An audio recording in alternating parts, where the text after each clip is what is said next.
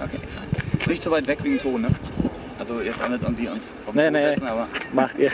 Have some questions. I hope they're not too ordinary. Okay, good. Me and Dan were musicians ourselves, Yeah? and I guess there's no more boredom like questions you hear every day. Yeah. And, Well, good. Thank you for thinking of it. I just try. So, first of all, Willie, is it your brother? Yeah. Okay, makes sense. Because I read it so many times, Adler, please. Maybe like Pantera, like Dimebag and Vinny. A lot of cool bands with brothers, you know, and so we are, I guess, just one of many. Okay. First question, Wrath, even more than Sacrament, in my opinion, is a very straight and groovy album. Your early CDs didn't get my whole attention, maybe because of the complexity. Interestingly enough, you became famous only now in Germany after the release of Sacrament. What changed in the last years? Did you change your way of songwriting, or is it just the arrogant Germans? No. I don't think it's either one of those things. I think it's not. Wrath is not completely different than everything else, you know. And Sacrament wasn't completely different than Ashes of the Wake, and Ashes of the Wake wasn't completely different than Palaces. We've kind of evolved a bit as a band and done different things, but nothing has been such a different change. I think the thing that has happened for us in Germany is that we've just been around for such a long time that people are starting to really find out about us. They hear Wrath and they like it, and they maybe go back and check out some of the earlier stuff. But I think the biggest problem was that our before Wrath, our record label here was Sony, and they were terrible. So we sued to get out of our record deal, and now we've signed a new deal with Roadrunner, and Roadrunner has helped us get the record into the stores, and so I think that helps a little bit. I also think they did a very good promo job. Yeah, good. In the last months. Good. Well, you know, we've been, like you said, we've been around since 1994, so and never done very well in Germany, but always keep coming back, keep trying, and I think now with the right record label, it's helping. Cool. One question to Wrath. I think In Your Words is your most diverse song today. In my ears there are parts which remind me of The Haunted, the semi-melodic vocals, and especially of Devin Townsend, the whole ending. Did it happen by accident? Well, I think the two bands you mentioned are great bands, and I've always been a fan of Devin Townsend. And that song was written very late in the writing process, and it ended up being the first song on the record because we all thought that it was the kind. Overall, it was a piece of music that we had always wanted to try and make. You know, you hear little bits of it on our other albums or in songs. But this was kind of this one piece of music that really spoke about all the different things that the band does, you know, all kind of in one song. So we almost actually called the song Lamb of God, but decided to use the lyrics instead. Okay, yeah, I think it combines all your powers and all the good sides of the band. I think so too. Are there other bands that influence you? Everything influences us. I mean, we grew up listening to, the early metal stuff, the early Metallica, Megadeth, and Testament, and the kind of Bay Area thrash scene. You know, Randy's kind of a punk rock guy, and I listen to a lot of different stuff. One of my favorite bands right now is a Dutch band called The Gathering, which is not very metal at all. So I think that it was. It was, yeah, a very long time ago.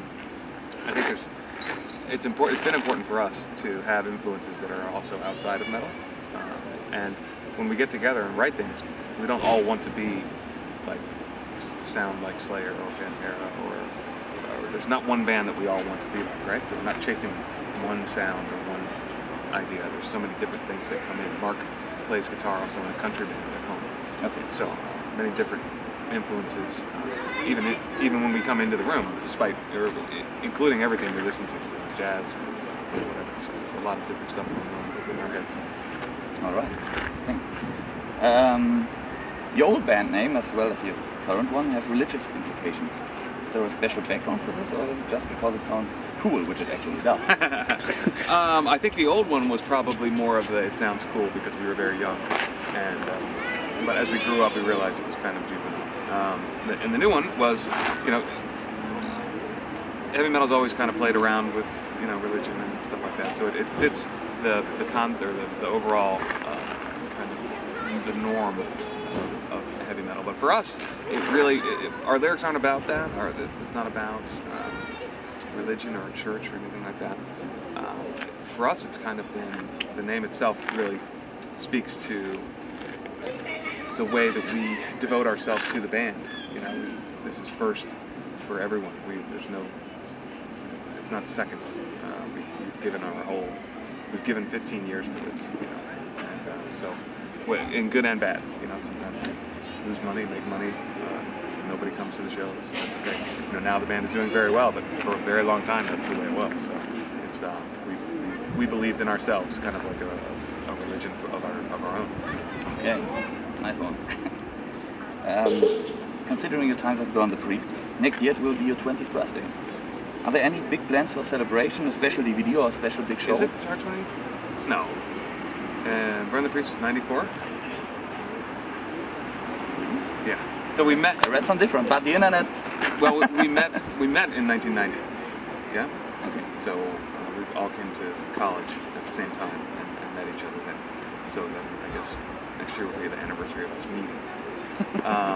But in 4 more years it'll be 20 years as a band, which seems crazy to me. You know, I never thought we'd be a band for 20 years. And we've had some good times and some bad times, but it's still very good. We're still having a good time. So to do something special next, I don't know.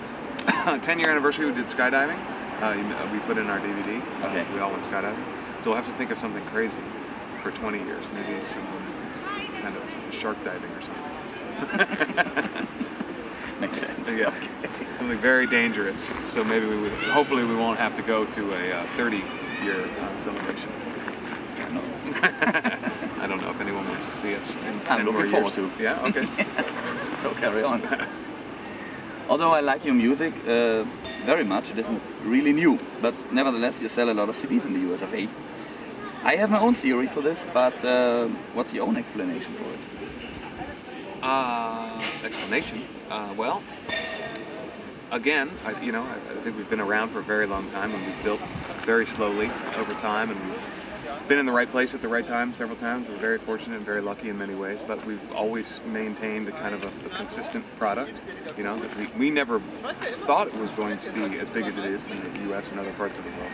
We never intended it. We don't sit down and try to write a song that everyone will like. You know, we write a song that we will like. But I think that it hasn't been as obvious maybe in Europe, but in the U.S. it was a very obvious shift in the musical tastes of the public. In the mid-90s, metal was almost like a bad word, and now it's come back big.